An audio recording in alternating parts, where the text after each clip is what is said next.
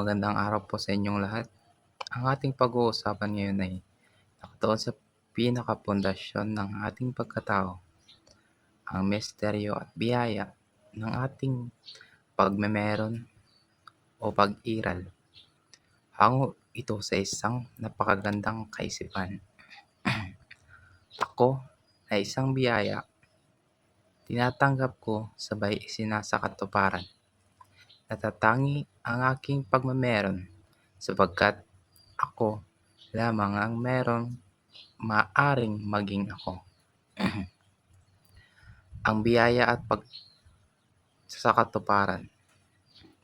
Ang unang bahagi ay nagpapaliwanag na ang ating sarili ay isang biyaya na ating tinatanggap at isinasakatuparan.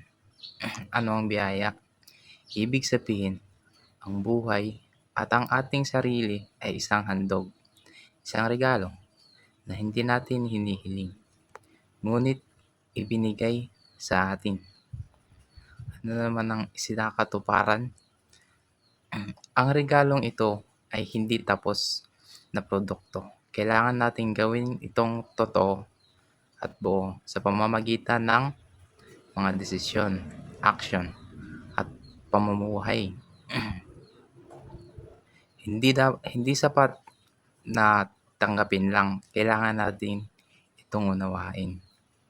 Ang pangalawang linya ay nagpapahiwatig ng ating katalinuhan at pagka-natatangi na ay ito, konteksto. Ako lamang ang maaaring maging ako. Hindi ako kailanman magiging ikaw at hindi ka kailanman magiging ako. Ang ating pag-iral ay hindi pwedeng kopyahin o palitan. Ang paghahanap sa sarili at ang bokasyon. Ang natatanging pagmemeron na ito ang sentro ng ating buhay. Dito natin matatagpuan ang tatlong halagang bagay.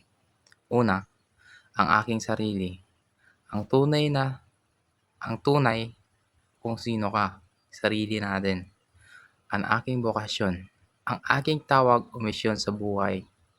Ang natatanging gampanin ko, ako lamang makakagawa. At ang pangatlo, ang aking kaligayahan. Ang tunay at pangmatagalang kagalakan na nagmumula sa pagiging tapat sa aking sarili at misyon. Ang susunod na bahagi ay nagpapakita ng kondisyon ng pag-iral. Hindi nagiging ako kapag walang inaako. Inaako ay tumutukoy sa pananagutan, pagkilala at pagtanggap sa isang bagay.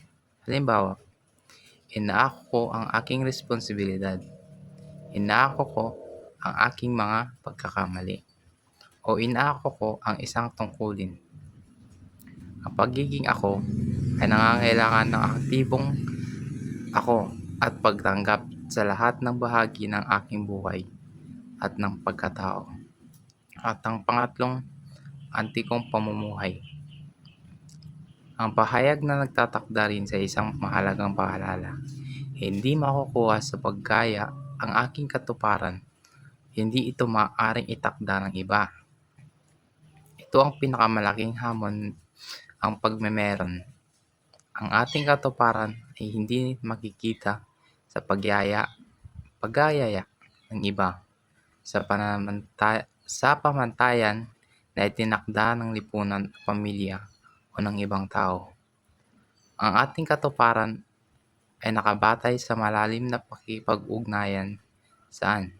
Sa ating sarili, refleksyon natin sa sarili natin. At dalawang puntos, aking karanasan, sa karanasan natin bilang sa pamumuhay. Ang ating ugnayan sa taong nakakasalamuha natin. Yun ang ating katuparan na nakabatay sa malalim na nakikipag-ugnay. At ito ay sinasamahan